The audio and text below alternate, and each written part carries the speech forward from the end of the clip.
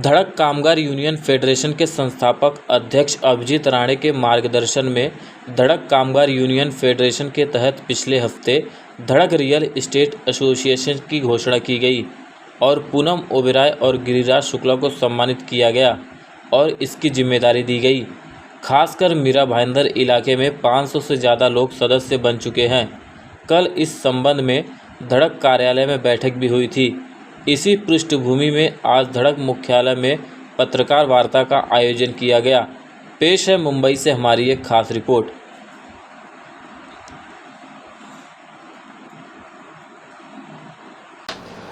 धड़क कामगार यूनियन महासंघ के माध्यम से एक यूनिट जो लगभग 5 साल से कार्यरत है उसको पुनर्जीवित किया गया है। धड़क रियल एस्टेट एसोसिएशन, ये रियल एस्टेट में काम करने वाले जो लोग हैं, जो एस्टेट एजेंट्स हैं, वो एस्टेट एजेंट्स को न्याय देने का काम हमारे माध्यम से हम करते आ रहे हैं। हम हमारे धड़क कामगार यूनियन महासंघ की महिला उपाध्यक्ष पूनम ओबेरॉय यहाँ पर बैठी है। उन्होंने लगभग वसई विरार और पालघर डिस्ट्रिक्ट में एक प्रभावशाली काम उन्होंने किया हुआ है।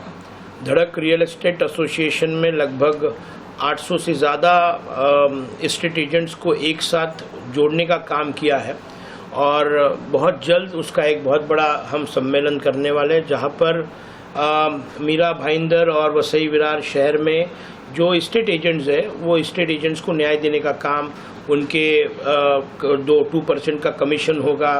वो एग्रीमेंट रिन्यू होता है तो एग्रीमेंट रिन्यूएशन का जो इश्यूज़ है, बहुत से लोग एस्टेट एजेंट्स को कमीशंस देते नहीं हैं, उनके साथ में गलत बर्ताव होता है। बहुत से लोग जब हम घर लेते हैं भाड़े पे तो डिस्पोजेशन फिर वापस देते नहीं हैं। ऐसे सभी विषयों पर लड़ने के लिए हमने ये गठन बहुत पहले स्थापन किया था, बट बहुत उसके बाद में कोविड के वजह से वो स्लो डाउन हुआ था। अभी मुझे विश्वास है कि पूनम और हमारी टीम, गिरिराज शुक्ला जी, विकी और बाकी हमारे सभी लोग पूरे महाराष्ट्र में बहुत तेज़ी से काम करते हैं और अलग अलग क्षेत्र में हम सब काम करते आ रहे हैं। मुझे विश्वास है कि पूनम के माध्यम से वसई विरार और मीरा भाईंदर शहर में एक अच्छा काम उसके माध्यम से होगा, ऐसा विश्वास है। मैं पूनम ओबेरॉय को बताना चाहूँगा कि आप आपका मनोगत इनके सामने पेश कीजिए। जी, सबसे पहले तो आप लोग ये जानते हैं कि महाराष्ट्र राज्य में रियल एस्टेट का बिजनेस में अपना पैर जमाना कोई आसान काम नहीं है। रियल एस्टेट आज लॉकडाउन से पहले काफ़ी अच्छा बिजनेस और लोगों को काफ़ी इजी हो जा रहा था, लेकिन जब से ये ऑनलाइन वाली जो चीज़ें आ चुकी है, पोर्टल जो रियल एस्टेट वालों का आ चुका है, उसकी वजह से काफ़ी उनका बिजनेस भी कम हो चुका है। लेकिन जितनी मेहनत, आप लोगों को पता है कि ऑनलाइन में इतनी सेफ्टी नहीं हो पाती है।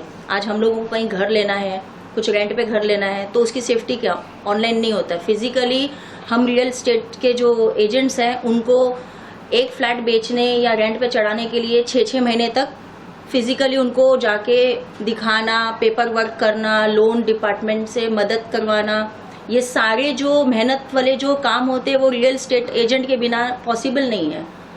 और लॉकडाउन के बाद में काफ़ी चीज़ें बदल चुकी है। लोगों का ऐसा मानना है कि रियल एस्टेट आएगा, वो अपना एजेंट अपना फ्लैट दिखाएगा, सारा मेहनत करेगा। कोई कानून ऐसा बना नहीं है कि इनके कमीशन दिलाने के लिए या उनके मेहनत का जो फीस होता है, चाहे वो जो भी ब्रोकरेज हो, कभी कोई 1% देता है, कभी कोई 0.5% देता है, लेकिन 2% खुशी से कोई उनको देता नहीं कि भाई ये लोग हमारे लिए इतनी मेहनत करते।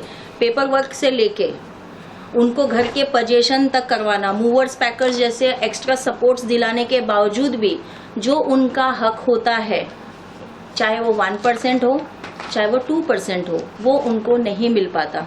पोजीशन लेने के बाद में उनकी जो मेन प्रॉब्लम होती है कि जो ऑनर्स होते हैं या जो रेंटल पे लेते हैं, वो आप कल आइए कमीशन देंगे, परसों देंगे, महीना भर। अगर कोई लेडीज जो होते हैं तो वो उनका गलत फायदा उठाते हैं कि नहीं भाई जेंट्स से बार बार कमीशन मांगने के लिए हमारे पास आ रहे। तो रियल एस्टेट के भी कम से कम 250 से 300 मेरे पास लिखित में पेपर आए हुए हैं। लोगों ने अपने प्रॉब्लम्स मुझे बताए कि मैम आपके राणे सर ने हमें बहुत मदद की है, सर का काफ़ी नाम है वहाँ पे महाराष्ट्र में, तो हम हमारे तक मदद पहुँचाने के लिए यही एक जरिया है, जिसमें धड़क कामगार यूनियन महासंघ के जो हमारे माननीय श्री अभिजीत राणे साहब है, वो इंडिविजुअल ग्रुप को ही नहीं, वो एक एक लोगों को मोरल सपोर्ट जो देते हैं। तो उनका ये चीज़ देखने के बाद में सब लोगों ने हमको राइटिंग में लेटर दिया है कि ये सारी प्रॉब्लम्स हमारे में हो रही है, तो हमारे लिए कुछ एक कानून लागू किया जाए।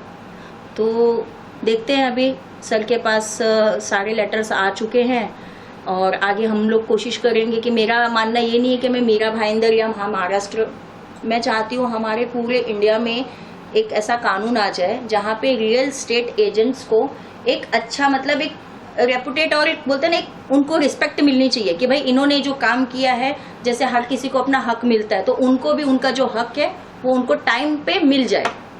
हमारा सिर्फ यही एक बोलते हैं ना, एक लक्ष्य तय हो चुका है कि अब तक जो भी उनके ऊपर जो नाइंसाफ़ी होती थी वो सब चीज़ें उन पर ना हो, और हमको एक इस तरह से एक संगठन बना के आगे चलना है। बाकी आप लोगों का सपोर्ट भी चाहिए कि आप ज़्यादा से ज़्यादा लोगों को ये चीज़ बता सकें कि एक अकेला इंसान फाइट नहीं लड़ सकता है, लेकिन जब हम लोग एक टीम में एक ताकत बन के करते हैं तो काफ़ी प्रॉब्लम्स हमारी सॉल्व हो जाती है। बस ये में रियल एस्टेट क्षेत्र में लोन उपलब्ध करने में उनका बहुत बड़ा हथकंडा है, वो भी रियल एस्टेट फील्ड से जुड़े हुए हैं, वो भी पूनम के साथ में काम करेंगे। तो I would ask Giriraj Shukla also to speak two words on this occasion. मेरे हिसाब से जो टीम का जो एफर्ट है, जो पहल है, पूनम अरोरा जी ने जो पहल किया है, जो इनिशिएटिव है, काफ़ी सही पहल और सही इनिशिएटिव है। अगर आप देखेंगे तो एक नॉर्मल फ्लैट खरीदने से लेके बेचने तक एक रियल इस्टेट एजेंट की अहम भूमिका होती है, लेकिन आप हर जगह देखें, लाइक स्टार्टिंग फ्लैट दिखाने से लेके MOU से लेके टोकन से लेके रजिस्ट्रेशन और लास्ट बैंक लोन तक, डिसबर्समेंट तक एजेंट एक अहम भूमिका निभाता है। लेकिन जब एजेंट के हक की बात आती है, जैसे ब्रोकरेज है या उनकी जो भी कंसल्टिंग फीस है, तब विक्रेता हो, बाय करने वाला हो या सेल करने वाला हो, वो एजेंट का हक नहीं देता है। जो स्टैंडर्ड नॉर्म है जैसे 2% का, तो वो उनको हक नहीं मिलता है। तो ये एक बहुत अच्छी पहल है धड़क कामगार यूनियन की तरफ से, जो संस्थापक अभिजीत राणे दादा, जो हमेशा कामगार के लिए, कामगार के ऊपर हो रहे अत्याचार और अन्याय के खिलाफ आवाज़ उठाते हैं और उनको न्याय दिलाते हैं। तो मेरे हिसाब से एक अच्छी पहल है और ये एजेंट लोग को काफ़ी इससे सहयोग मिलेगा धड़क कामगार यूनियन के माध्यम से।